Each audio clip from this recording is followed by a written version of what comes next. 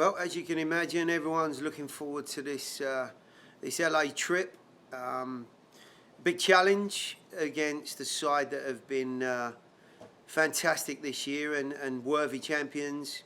So we're looking forward to trying to put ourselves in a position where we can test our mettle, as it were, and hopefully finish the season off on a decent note, and then look forward to what those post-season games look like. And obviously, there's plenty of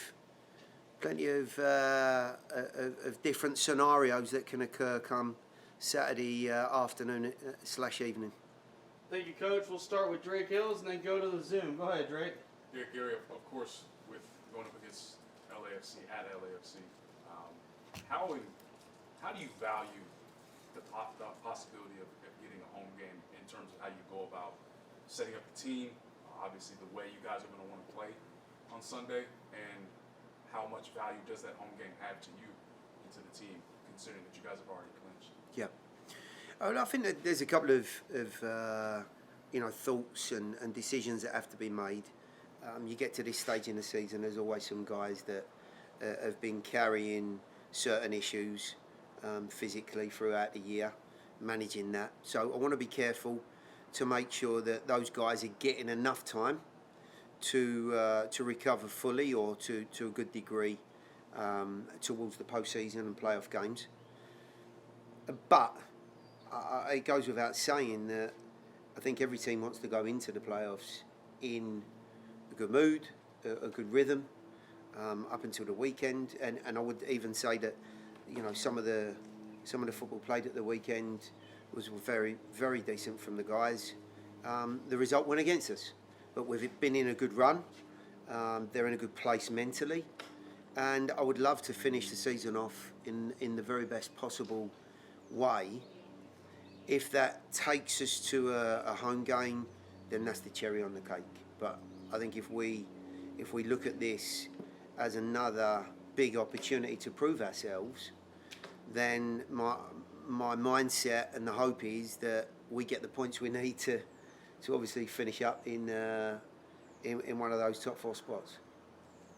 Here's the follow-up you mentioned, Gary, in terms of the team and balancing based off of a year's long work with Annabelle and Alex being able to train again. Does the team kind of need them, or how do you feel about including them? Are they ready to play on Sunday? Alex is going to be a big question mark, unfortunately. Annabelle will be in a very good position to be part of the starting 11. He's trained very, very well. I'm absolutely delighted he's back in the group. And to your point, Annabelle's been a driving force in this team from day one, and to have him back in what we would consider to be a starting group is a great bonus for us as we go into the postseason games. I'll just follow up on that, if you don't mind, Matt. In terms of the road stint, right? A lot of talk about this team is how it was able to progress after the first 8 games. Does that team still exist in a way, given that chapter was the beginning of the season and you guys have had to go back and forth in a normal fashion? Do you feel like that team is still there? Do you feel like you have to kind of conjure up a new way to be able to play? Yeah. Well, look, if you're playing 8 games away from home, you can plan for 8 difficult environments, and if need be, set up in a more frugal way. The game doesn't have to be forced as anywhere near as much as maybe you would want it to at home. The schedule for us has been unbalanced all year, so then we have a glut of home games that over the course of time you've seen, I think, the group evolve into a back 4 again. We've added a couple of players. I think the dimensions of the group are very good, and you've seen a slightly different look to the team. What I would say is this: if you want to succeed on the road, or if you want to do well in the playoffs, it's not necessarily about what shape or what players are on the field. It's the mentality to the game.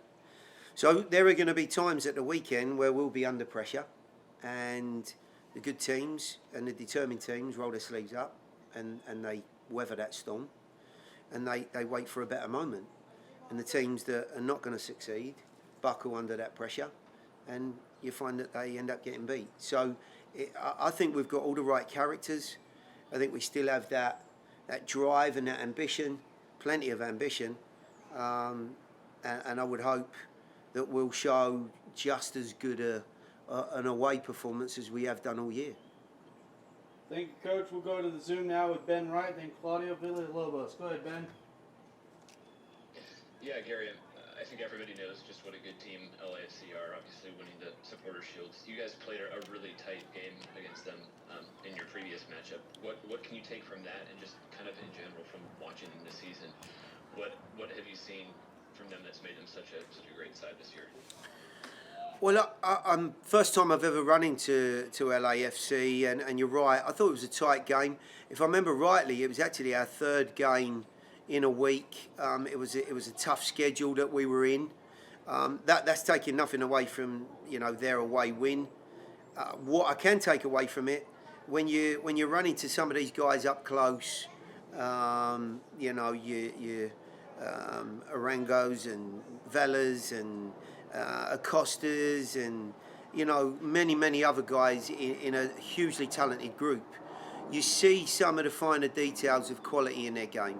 And the reason that they're champions, and very good champions, is because over a consistent period they've been able to keep themselves at that level, and that level is a tremendously good one. So therefore, we need to make sure that we're at our very best without the ball, and we show all of the structural discipline that we have done in the past. But we're also going to have to give them a little bit of a bloody nose every now and then, and show what we're about going forward, because they do commit players. They are very, very confident and have every right to be, but they are vulnerable in transition, and I think those are one or two of the areas that we might just be able to take a little bit of advantage of. Thank you, Coach. Next we'll go to Claudio and then Tim Sullivan. Go ahead, Claudio. Thank you, Matt. Coach, it might sound like a follow-up to Ben's question, but when you look at the Nashville and what the team has to do with this game, which is win first and foremost, and then wait to see what happens to LA Galaxy on the other game. Obviously, that means that the team has to go look for that game, go look for those goals, try to score. And at the same time, we're talking about a team that has goal differential of 29 in favor. How do you tactically manage to push ahead against a team like could score against you anytime? Well, that's always the toughest question in any match that you play. Is taking advantage of opportunities that come your way. There may not be many, so we would need to be clinical. I'm not expecting a glut of chances against a side like this. So, number one, when you get your chance, you've got to take it. Number two, as I've said, we've got to make sure that as a group, we show all of the endeavour that we have done in the past, and maybe at times frustrate this talented team. But I think there will be moments in the game that will obviously heavily weigh into the way the momentum of the game goes. We're very, very capable, and we've shown that away from home we can manage the ball well. We do have good outlets, and we've got players that can actually really take control of any game that we're in.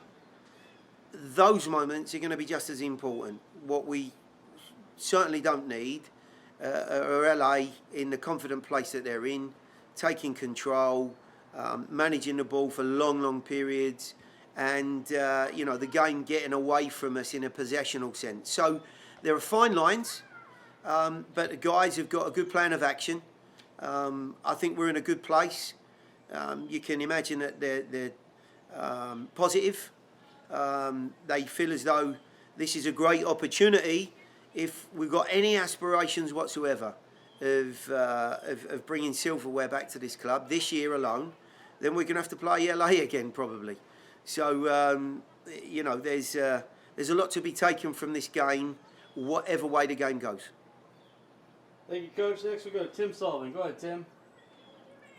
Hey Gary, you mentioned a little bit about LAFC's style there, but stylistically, especially because Houston got 2 quick ones and then sat back for the rest of the game, it was probably not a much more jarring week-to-week change than you could possibly expect.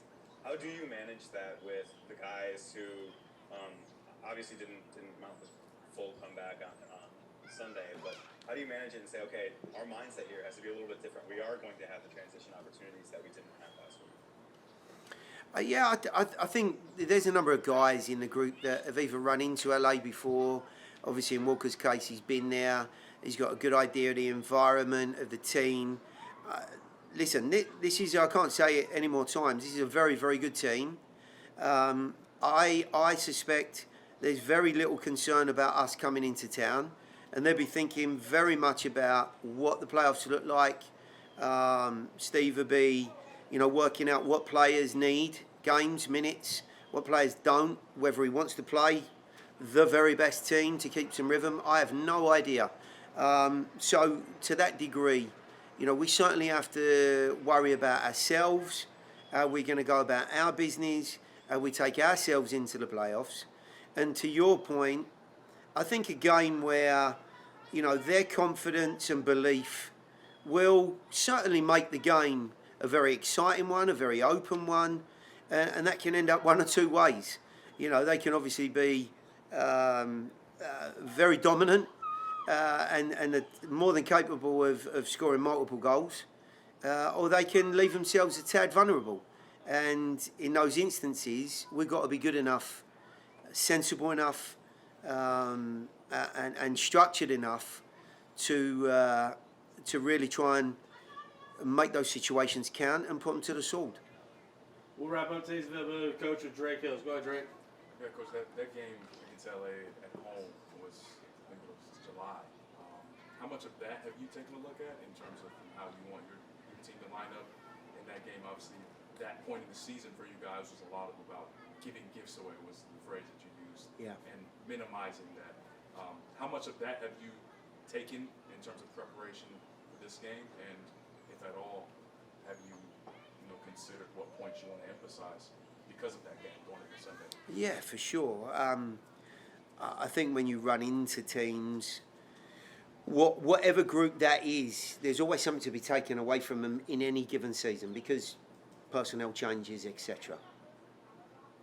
And there are definitely areas of their game, as I've said, that I thought were far more positive and effective than maybe I'd seen on tape or on TV. So you see those individuals up close and their capabilities. We have to make sure that the plan that we've got in place, and we do have a plan, is executed to the best possible degree.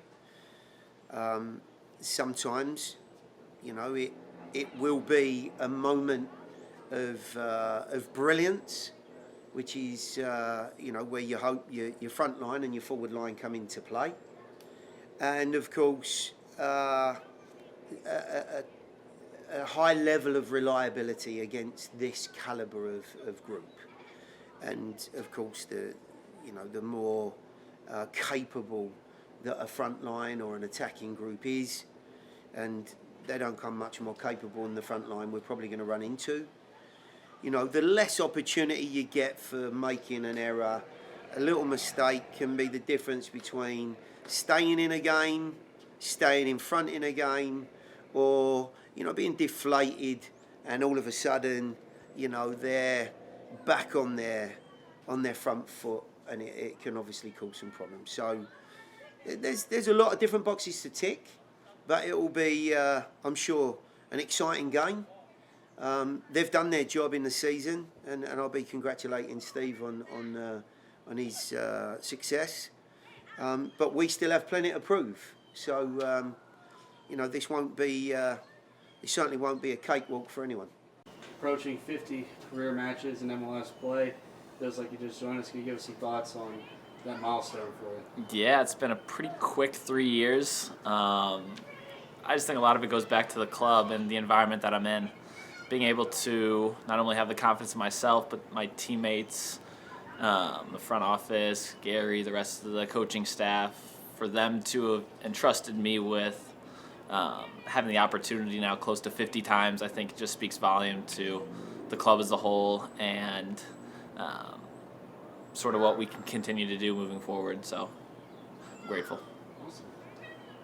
Yeah, Jack, just wondering how you guys prepare for this game. Obviously, the last time you guys faced LAFC was in July, middle of the season. Obviously went down early and went behind. How much of that has taken into account with how you guys prepared, or has it been more about how you guys have been playing recently in terms of what you guys want to do on Sunday?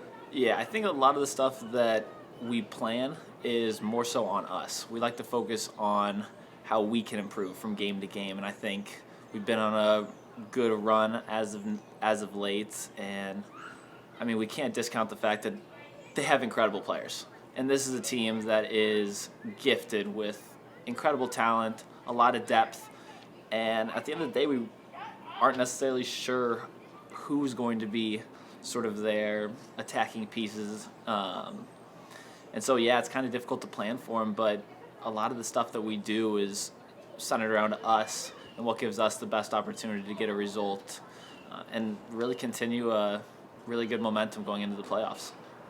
Yeah, just a follow-up. What do you think defensively gives you guys the best opportunity at LAFC on decision day? Obviously, with the chance to go to top 4, but obviously could slide down to 7 in terms of playoffs. Yeah, I think one of the things that we really need to focus on, especially in this game, with the attacking talent that they have, is staying compact. It's one of the things that we've been really, really good at for the past almost 3 years now. Just keeping our lines really close together, whether it's the distance between our back line and our midfield or our back line all the way up to the strikers. Being able to stay really compact, making play aerially with the center backs and defenders that we have. We're very confident we can win just about every single ball in the air, and so that's going to be something that we really focus on, and just being able to communicate, because they're going to have a lot of fans. It's going to be a rocking environment, and we're really looking forward to the task at hand. Thank you, Drake. Thank you, Jack. We'll go to the Zoom. We'll start with Tim Sullivan, then Claudio Villalobos. Go ahead, Tim. Hey, Jack, I know you guys are going to prepare for every game like it's the most important game of the year or whatever, but does it change the way you can prepare, first of all, knowing that LAFC doesn't really need anything out of the game results-wise, and secondly, I guess because of that, not knowing necessarily which of their personnel you will end up seeing? Yeah, not at all. This game is extremely important for us, and I think that not only I think it's something that we necessarily don't focus on what LAFC has to gain from the result, doesn't have to gain from the result. It's all about, you know what, we get a really good result here, we're going to have a lot more confidence going into the postseason. And whether it's a home game, whether it's a road game, really doesn't matter. But being able to lay a good foundation and have good confidence from this game, I mean, it's a really big game for us. Go ahead, Claudio. Jack, when you hear Matt stating that you have 50, it's going to be the 50 game, it seems like ages from that time when the front office and some fans went to your house, signed you up. It was a fun day for sure. But I mean, when you look at that and say, well, okay, 50 games, that's a lot of games. But then you go back and look at the dashboard column, 438. And you see that it's a long way to go, perhaps, especially because you're young. But my question goes like this. When a team like Nashville, which in 3 years has accomplished a lot, for sure, it seems like this is a year when even the position on the standings, it doesn't really show what you guys have been able to do. And there's much to be accomplished still. But how do you see this team going forward, especially as you grow up as a professional soccer player? Yeah, I think that the big thing for us is that we're always competing for championships. Whether it's game one, whether it's a potential playoff game, every single game that we go into, we're going to have the mindset that we're going to play it like it is a championship game. And I think being able to have that mindset and that mentality has really strengthened the group. And that's something that we talk about. It's just so important. And so this is sort of hopefully my 50th game if I get the opportunity, and it's just one of those that whether it was game 1 or whether it's game 50, the mindset and the culture that we have is that, you know what, this is a playoff game. This game means the world to us, and who knows, like, we're just going to play it like it's a playoff game, and that's sort of the mindset that we have to win championships every single day in what we do. Thank you, Jack. We'll wrap up today's session with Tim Sullivan. Go ahead, Tim. Jack, LAFC has added a ton of guys over the course of this year. When they played you guys, it was actually the debut for Gareth Bale and Giorgio Chiellini. How have you seen their team change over the course of the season? Have you kept an eye on what might be different from last time you guys saw them? Yeah, I mean, they're an incredibly fun team to watch. And they got pieces all across the board. From player 1 to player 30, they got some really talented guys. And so I've certainly paid attention to them, but it's really not going to dictate how we play. Because at the end of the day, the fundamentals that we've been displaying for this last run, I think it's really going to serve us well going there, because we're certainly confident that we can get the job done. And they have incredibly talented players, but really they just focus on ourselves.